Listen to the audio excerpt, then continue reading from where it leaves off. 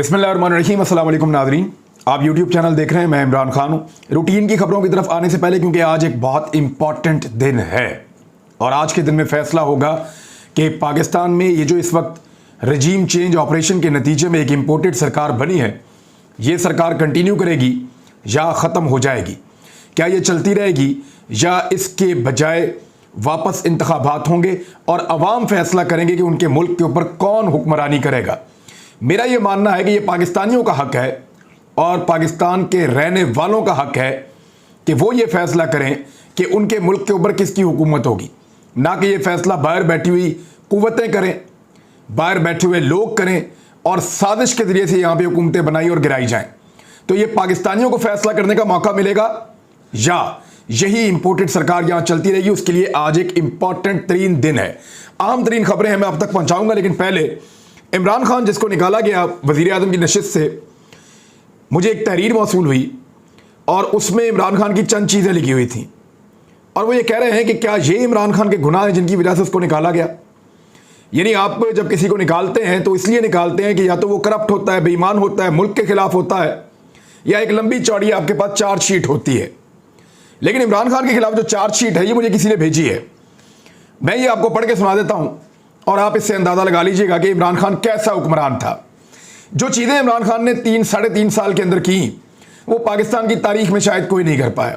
एहसास कफालत प्रोग्राम पढ़ लें, कितना शानदार है। इसी मईशत के साथ लंगर खाने, शेल्टर होम्स का क़याम।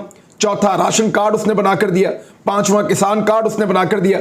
छठा, सेहत कार्ड उसने बनाकर दिया जो यहाँ पे खित्ते में कोई नहीं कर सका। सातवां, एहसास स्कॉलरशिप प्रोग्राम उसने नौजवानों को दिया। आठवां, इंसाफ आफ्टरनून स्कूल उसने शुरू किए कि दोपहर के बाद स्कूल चलेंगे। नौवां, माजूर और बुजुर्ग लोगों के लिए कार्ड बनाए। 10वां, मजदूरों के लिए अलग से कार्ड बनाए। 11वां, रोशन डिजिटल प्रोग्राम शुरू किया। 12वां, यानी इसके ऊपर जो है अकाउंट खोला, उसमें पूरी दुनिया से पैसा आ रहा था। खिदमत ई मराकज का क्याम। इसके अलावा 13वां, नैब को बाइख्तियार बनाया। 14वां, जो आपके एंटी करप्शन के महकमे थे उनको बाइख्तियार बनाया और इन्होंने रिकॉर्ड रिकवरियां की हैं, इससे पहले कभी तारीख में ऐसा नहीं हुआ। 15वां, रास्त प्रोग्राम। 16वां, सीरत यूनिवर्सिटी का क़याम।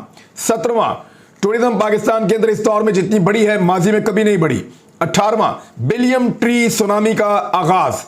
19वां, टैक्स रिफॉर्म्स की गई पाकिस्तान में, रिकॉर्ड टैक्स कलेक्शन पहली दफा पाकिस्तान में हुई है। 20वां, क्रिकेट के अंदर से ही क्रिकेट का चेयरमैन यानी रवींद्र राजा को लाकर लगाया, कोई नजम सेठी को नहीं लगाया। 21वां, पाकिस्तान में क्रिकेट की बहाली हुई बहुत तेजी से, बड़ी बड़ी टीमें पाकिस्तान में आई। 22वां, PSL कामयाबी के साथ आगे बढ़ता गया। 23वां, ई ट्रांसफर और पेंशन का क़याम, यानी ये बहुत बड़ी कामयाबी है, इससे पहले बहुत पैसा खाया जाता था। 24वां, भाषा डैम, मोहम्मद डैम और दासू डैम पर काम का तेजी से आगाज। 25वां, अपना घर स्कीम का क़याम, और इससे बहुत काम पाकिस्तान में बड़ी इंप्लॉयमेंट इससे जनरेट हुई है। 26वां, बिला सूद कर्जे की स्कीम। 27वां, 21 नई यूनिवर्सिटियों पे काम इमरान खान साहब ने शुरू करवाया पाकिस्तान में। 28वां, 23 नए डिस्ट्रिक्ट अस्पतालों पर काम शुरू किया। 29वां, पाकिस्तान सिटीजन पोर्टल का क़याम। 30वां, रहमतुल्लिल आलमीन अथॉरिटी का क़याम। 31वां, हर फोरम पर हुर्मत रसूल सल्लल्लाहु अलैहि वसल्लम के लिए इमरान खान ने, चाहे वो UN है, चाहे वो OIC है, चाहे दुनिया का कोई और फोरम है, हर जगह पे इमरान खान ने इसके लिए नबी अकरम सल्लल्लाहु अलैहि वसल्लम की नामूस के लिए आवाज़ उठाई। 32वां, PIA, PTV और NHA को बहुत बड़े बड़े खसारों में से बहुत हद तक निकाल दिया और कुछ जगह पे मुनाफा शुरू हो गया। 33वां, ज़मीनों की डिजिटलाइजेशन, जिन लोगों ने ज़मीनों पे कब्जे किए हुए थे उन लोगों के लिए तो ये अमल मौत साबित हुआ। 34वां, दुनिया की 11वीं बड़ी ऑयल रिफाइनरी का क़याम। 35वां, खैबर पख्तूनख्वा में यतीम खाने और ओल्ड होम का क़याम। 36वां, श्रीलंका के मुसलमानों को मरने के बाद जो है वो जलाना शुरू कर दिया था कोरोना के दिनों में, तो उनके खिलाफ आवाज़ उठाई और उनको दफनाने की इजाज़त लेकर दी। 37वां, कश्मीर और फ़लस्तीन के लिए इमरान खान साहब ने आवाज़ उठाई, भारत के साथ ताल्लुकात जो है उनको मुनक़ता किया और फ़लस्तीन को मानने से साफ इनकार किया। 38वां, स्कूलों में सुबह दरूद शरीफ और कुरान पाक की तालीम का आगाज़ करवाया। 39वां, कुरान की तालीम के बगैर डिग्री देने का कानून ख़त्म किया। 40वां, यकसा निज़ाम तालीम लागू करने की कोशिश की। 41वां, सऊदी अरब से मजदूरों की रिहाई करवाई। और उसके लिए आपको याद है सऊदी वली अहद से उन्होंने कहा जी मेरे दिल के बहुत करीब हैं वो लोग, उनको छोड़ दें आप। और इसके बाद 43वां, पूरी दुनिया की हाकमियत सिर्फ अल्लाह ताला के पास है। इस चीज़ को दुनिया भर के हर प्लेटफॉर्म के ऊपर और इस्लामोफोबिया के खिलाफ इमरान खान ने आवाज़ उठाई। 44वां, कौम के अंदर खुददारी का जज्बा दोबारा से पैदा किया। 45वां, मुल्क की गिरती मईशत को दोबारा पांव पर खड़ा किया। 46वां, तजारती खसारे का खात्मा किया। 47वां, ज़र मुबादला के ज़खायर में इजाफा किया। गैर मुल्की कर्जे पहली मरतबा बड़े पैमाने पर वापस किए गए। 48वां, सी पैक अथॉरिटी का क्याम। 49वां, गवादर पोर्ट को फंक्शनल किया बहुत हद तक। 50वां, नवाज शरीफ साहब के दौर के मुकाबले में जो इंफ्रास्ट्रक्चर बनाया गया वो आधे पैसों में बनाया गया और डबल बनाया गया, यानी लागत कम थी और इंफ्रास्ट्रक्चर ज्यादा बनाया गया। 51वां, मुल्की खजाने को 9 अरब डॉलर से 22 अरब डॉलर तक लेकर गया। 52वां, इस्लामोफोबिया की करारदाद यूनाइटेड नेशन से मंजूर करवाई। 53वां, कश्मीर का केस पूरी दुनिया में लड़ा। 54वां, पाकिस्तान का केस यूएन में अच्छे तरीके से पेश किया। 55 नंबर, अमेरिका को अड्डे ना देना और एब्सोल्युटली नॉट कहना। 56, बंद सनतों को दोबारा चलाया, पाकिस्तान की एक्सपोर्ट्स के ऊपर इजाफा हुआ। 57 यह है कि रशिया के साथ मुल्की मफाद और तजारती मुआहदे की कोशिश की उन्होंने, इमरान खान साहब ने। 58वां, चोरों से तकरीबन 400 अरब रुपए की रिकवरी की। पाकिस्तान की तारीख में कभी किसी दौर में इतनी बड़ी रिकवरी इसकी 10% भी नहीं हुई जितनी रिकवरी इमरान खान साहब ने की। 59वां, कार के कंपनी के साथ मुज़ाकरात करके पाकिस्तान का जुर्माना माफ करवाया। 60वां, एलएनजी के दोबारा सस्ते मुआहदे करवाए।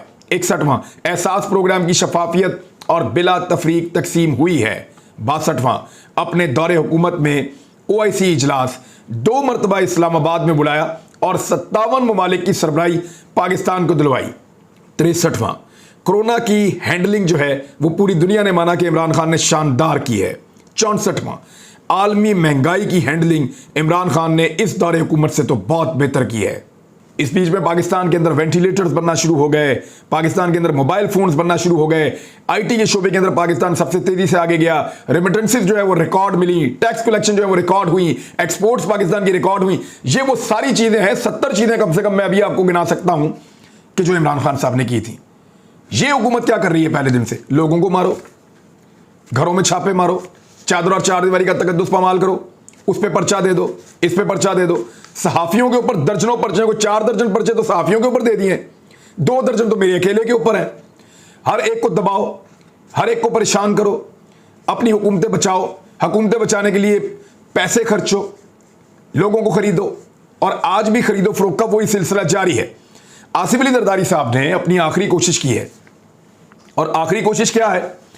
उन्होंने अपनी आखिरी कोशिश की कि चौधरी बरादरान किसी तरह मान जाएं। और मैंने आपको थोड़े दिन पहले कहा था कि नून लीग या पीडीएम की जमातों के पास जो आखिरी हरबा होगा वो ये होगा कि वो परवेज इलाही को आकर कहेंगे कि जनाब आप हमारे वज़ीर आला बन जाएं, इमरान खान के वज़ीर आला ना बने।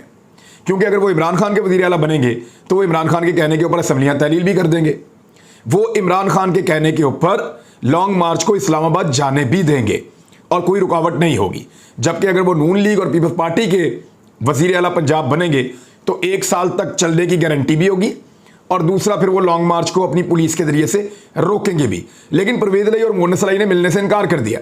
5 घंटे तक आसिफ अली जरदारी साहब बैठे रहे और जिस जरदारी को सबसे भारी कहा जाता है, इमरान खान साहब उनको उतने भारी पड़े कि वो चौधरी शुजात हुसैन के घुटनों को हाथ लगा रहे थे और उनके आगे झुक रहे थे।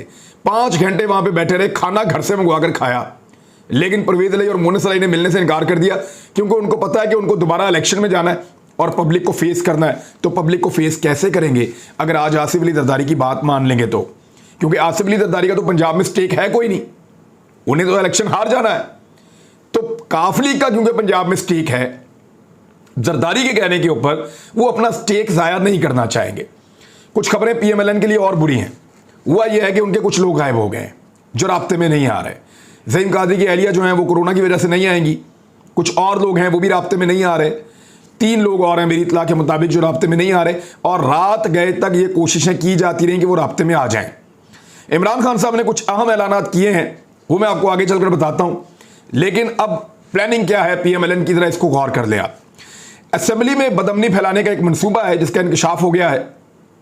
दोस्त मजारी ने एक दिन पहले ही 22 तारीख लिखकर एक लेटर लिख डाला कि कल ये लेटर हम पहले से पब्लिक, यानी पहले से उन्होंने प्रीएम्प्ट कर लिया कि हमला होना है उनके ऊपर, और ना सिर्फ उन पे होना है बल्कि एमपीएस की जान भी खतरे में है और मासूम लोग मारे जा सकते हैं असेंबली के अंदर। लिहाजा आईजी को, सिक्योरिटी फोर्सेस को, सबको, चीफ सेक्रेटरी को वो कह रहे हैं कि बंदे भेजो यहां पे।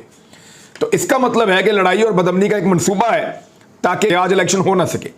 ये इलेक्शन रोकने की एक चाल हो सकती है। यानी कल रात को एक लेटर मंजरे आम पे आया जो आज लिखा जाना था, यानी 22 तारीख का लेटर 21 तारीख को लिख दिया। पहले से पता चल गया कि क्या होने जा रहा है। अब सवालात उठेंगे, ऐसी चीजें होंगी तो सवालात उठेंगे।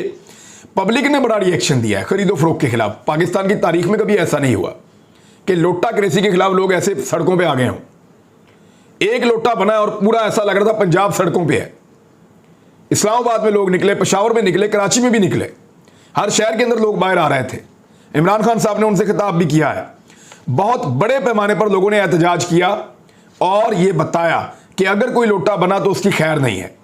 उधर पाकिस्तान तहरीक इंसाफ ने यह क्लेम किया है कि उनके पास 188 अरकान हो जाएंगे। 186 उनके पास मौजूद थे। 2 लोगों ने मजीद उनसे वादा किया है और परवेज इलाही भी एक मेंबर के तौर पे मौजूद हैं। लिहाजा ये 189, 190 तक पहुंचने का दावा कर रहे हैं। अगर रन ऑफ इलेक्शन होता है, लेकिन 2 तरह इलेक्शन होता है। एक तो सिंपल मेजॉरिटी है, कोई एक पार्टी 186 मेंबर अपने पूरे करके दिखा दे, 86, 87, 88, 89, 90, कोई भी 86 या इससे ऊपर एक पार्टी पूरे करके दिखा दे, उनका वजीर आला पंजाब बन जाएगा। Simple is that. लेकिन अगर दोनों पॉलिटिकल पार्टीज 186 तक नहीं पहुंचती तो फिर रन ऑफ इलेक्शन है। यानी कैसे? दोनों खड़े हो जाएंगे, दोनों के लोग गिने जाएंगे, जिसके लोग ज्यादा होंगे, यानी एक के पास अगर 110 है, दूसरे के बाद 111 है, तो 111 वाला बन जाएगा। तो अब तक पीएमएलएन जो है वो 177 से ऊपर नहीं जा सकी। यानी अब उनके नंबर अगर कम हो गए, 175 या इससे नीचे आ गए हैं, तो ये गलत नहीं होगा। 175 मैं आपको बता रहा हूं एक गोल्डन नंबर कि पीएमएलएन की कल की जो तादाद होगी वो 175 के आसपास रहेगी, क्योंकि आजाद उम्मीदवार भी अब कुछ परवेज इलाही साहब की तरफ जा रहे हैं और वो उनको सपोर्ट दे देंगे। नजम सेठी की एहलिया जो है जुगनू मोहसिन, वो सपोर्ट देगी परवेज इलाही को। एक जो राहे हक पार्टी के मेंबर हैं वो भी सपोर्ट देंगे, और एक और आजाद उम्मीदवार है जिसने नून लीग का टिकट लेना है, वो भी सपोर्ट देंगे नून लीग को। ये 3 हो गए। बाकी 2 आजाद उम्मीदवार जो हैं वो उनका टिल्ट परवेज इलाही की तरफ चला गया है, वो उधर चले जाएंगे। 188 वो पहले हैं, एक भाग गया है। अगर एक आधा और भी इधर उधर हो जाता है तो वो 188, 189 होंगे। लेकिन गोल्डन नंबर जो है उनका भी वो 185 के आसपास है। अगर रन ऑफ इलेक्शन में भी जाते हैं तो परवेज इलाही 180 से 185 के बीच में रहेंगे, जबकि हमजा शहबाज 175 के आसपास रहेंगे।